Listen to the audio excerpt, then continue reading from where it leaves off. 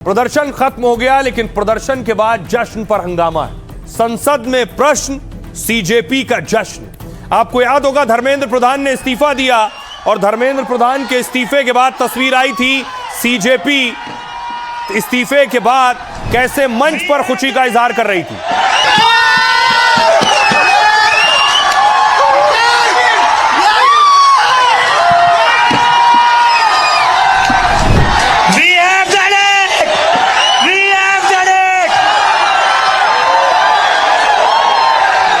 धर्मेंद्र प्रधान ने रिजाइन कर दिया है।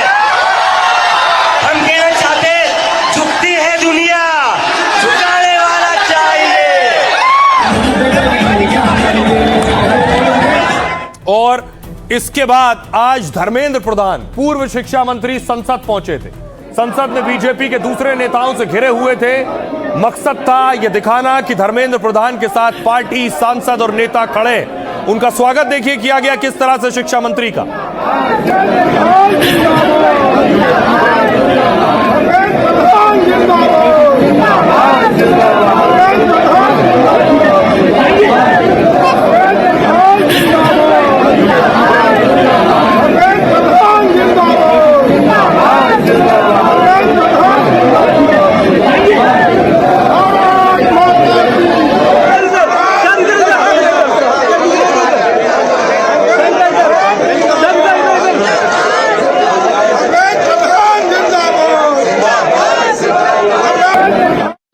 तो पूर्व शिक्षा मंत्री संसद पहुंचे थे, लेकिन सीजेपी के वीडियो वायरल हैं। सीजेपी जश्न मना रहे थे इस्तीफे के बाद। आंदोलन की आग अभी थमी भी नहीं कि शुरू हो गया नया बवाल। बवाल को हवा दिया इन तस्वीरों ने। इधर संसद में पेपर लीक बिल पर कोहराम मचा था, उधर सोशल मीडिया पर आंदोलन करने वालों की नाचते थिरकते तस्वीरें वायरल थीं। जो कॉकरोच जनता पार्टी छात्रों के हित के लिए कल तक आर पार कर रही थी, वो 5 स्टार होटल में जोरदार जश्न में डूबी थी। सही वक्त पे बोलना अच्छा रहता है, गलत वक्त पे मुंह खोलने में बहुत नुकसान होता है, उन्हें समझ लेना चाहिए। सवाल ये बनता है कि आपकी प्राथमिकता और प्रायोरिटी क्या है, आपकी नियत और इंटेंशन क्या है। इसको तो बर्गर खाने के लिए निकाल दिया, अब ये व्यक्ति पार्टिंग कर रहे हैं, तो इस पे क्या कार्रवाई होगी। पार्टी वाले बवाल के साथ पीएम के अपमान पर भी भारी घमासान और हंगामा मचा है। बड़ी बड़ी हस्तियां कह रही हैं कि सवाल और आंदोलन अपनी जगह, लेकिन क्या इतना गिर जाएंगे कि पीएम के अपमान और अपशब्दों पर उतर आएंगे।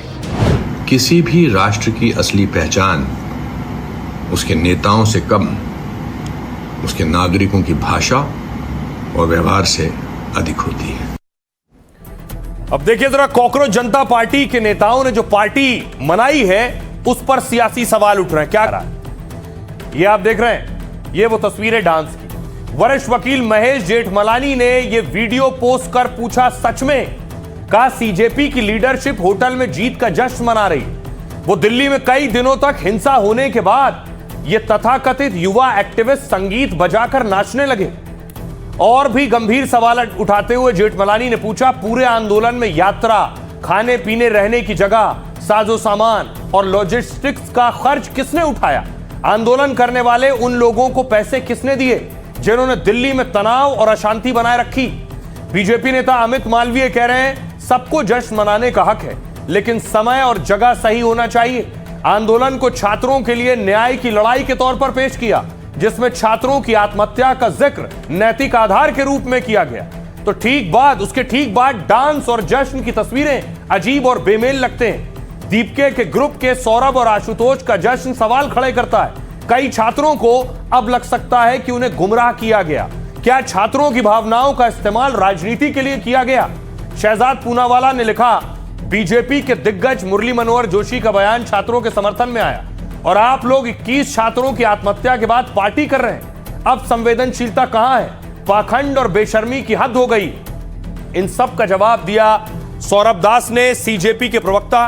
उन्होंने कहा, यह जेनजी का स्टाइल है, हमारी पीढ़ी अलग सोच रखती है। सरकार और कुछ लोग नई पीढ़ी की सोच भाषा को नहीं समझते हैं। हम जितने दिन जरूरत होगी सड़क पर आंदोलन कर सकते हैं, हम नाचते भी हैं, विरोध कर सकते हैं, कोल्ड कॉफी पीते हुए भी। बदलाव की लड़ाई लड़ने के लिए हमें वैसा दिखने की जरूरत नहीं है जैसा पिछली पीढ़ियां सोचती हैं कि कोई आंदोलन होना चाहिए, इसका मतलब किसी का अपमान करना नहीं। कल आंटी अंकल आंटी शिकायत करते रहें, उन्हें हमारे साथ तालमेल बिठाना ही होगा।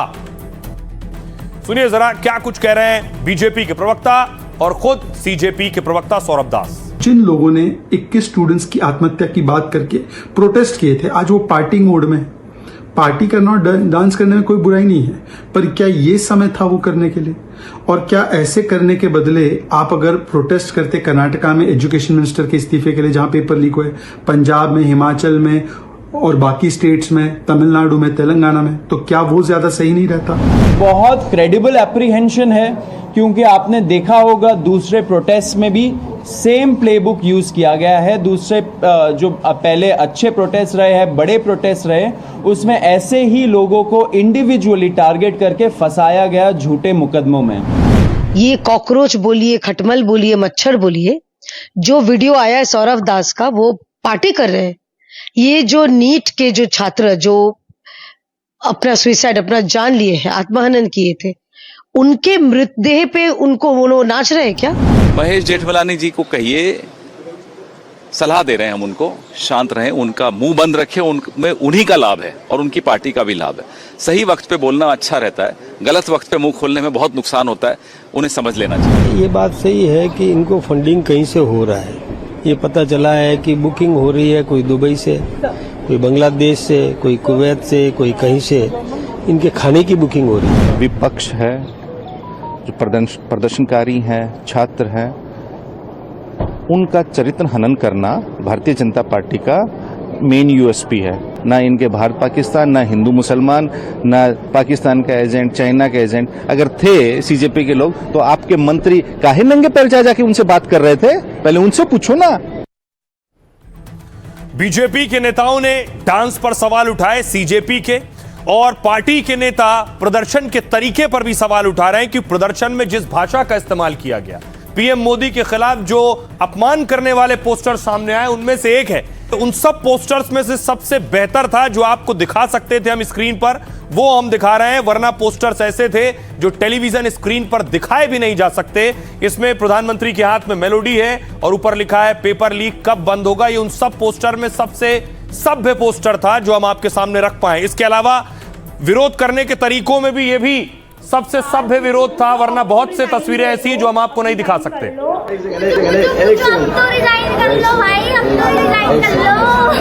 पूछो अब तो रिजाइन दे दो, अब रिजाइन कर लो,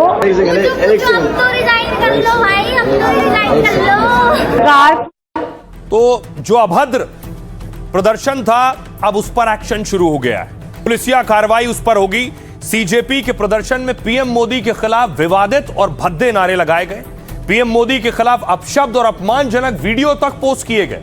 पीएम के खिलाफ पोस्ट पर दिल्ली पुलिस अब ताबड़तोड़ एक्शन में, चुन चुनकर उन सोशल मीडिया प्लेटफॉर्म को नोटिस भेजा जा रहा है जिनसे मोदी के खिलाफ भद्दी और अपमानजनक टिप्पणी की गई।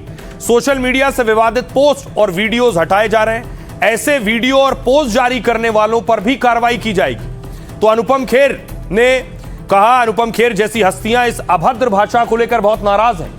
उन्होंने कहा छात्र आंदोलन खत्म होने और समाधान मिलने पर उन्हें खुशी है, लेकिन आंदोलन में कुछ लोगों की भाषा, वीडियो और नारों से वो दुखी हैं। उन्होंने कहा पीएम के लिए जिस अपमानजनक और अशोभनीय भाषा का इस्तेमाल हुआ उसे देखकर मन बहुत व्यथित है, क्योंकि यह सिर्फ एक शख्स का सवाल नहीं है। हम किसी नेता से असहमत हो सकते हैं, उनसे सवाल पूछ सकते हैं, लेकिन जब तर्क खत्म हो जाते हैं और गालियां शुरू हो जाती हैं तब बहस नहीं बचती, सिर्फ और सिर्फ शोर बचता है। निर्वाचित प्रधानमंत्री की गरिमा का सम्मान करना हमारा कर्तव्य है। मुझे इस बात का दुख नहीं है कि उनका विरोध हुआ, दुख इसका है कि विरोध की भाषा इतनी संकीर्ण कैसे हो गई। सिर्फ युवा ही नहीं, हर उम्र के लोग इस गिरी भाषा का हिस्सा बन गए। हमें असहमति जताने का हक है, सवाल पूछने का अधिकार है, लेकिन हमें अपनी भाषा को इतना घटिया नहीं होने देना चाहिए कि विचारों से पहले हमारी भाषा ही हमारे चरित्र की पोल खोल दे। सुनिए जरा क्या कुछ कह रहे हैं अनुपम खेर। तर्क समाप्त हो जाते हैं और गालियां शुरू हो जाती हैं तो बहस नहीं बचती, सिर्फ शोर बचता है। दुख इस बात का नहीं कि उनका विरोध हुआ, लोकतंत्र में विरोध स्वाभाविक है। दुख इस बात का है कि विरोध की भाषा इतनी छोटी हो गई।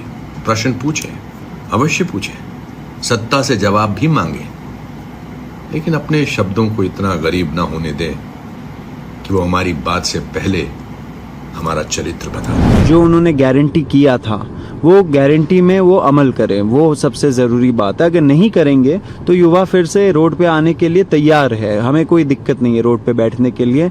36 दिन हम लोग बैठे, वैसे ही हम लोग आगे भी बैठ सकते हैं। ऐसे नेता जो इतने समर्पित हैं हर छोटे से छोटे मुद्दे से लेकर बड़े से बड़े मुद्दे के लिए, वो जिस तरह से देशवासियों के लिए समर्पित है, ये पूरी विश्व के लिए एक प्रेरणा। और आपने देखा उन्होंने जैसे जो भी है जिस तरह से कमेटी बिठाई है अब इस चीज़ के लिए, हाई पावर्ड पैक्ट जो है एक स्क्वाड हो गया जो इस काम पे एग्जामिनेशन के लिए जो है काम करेगा।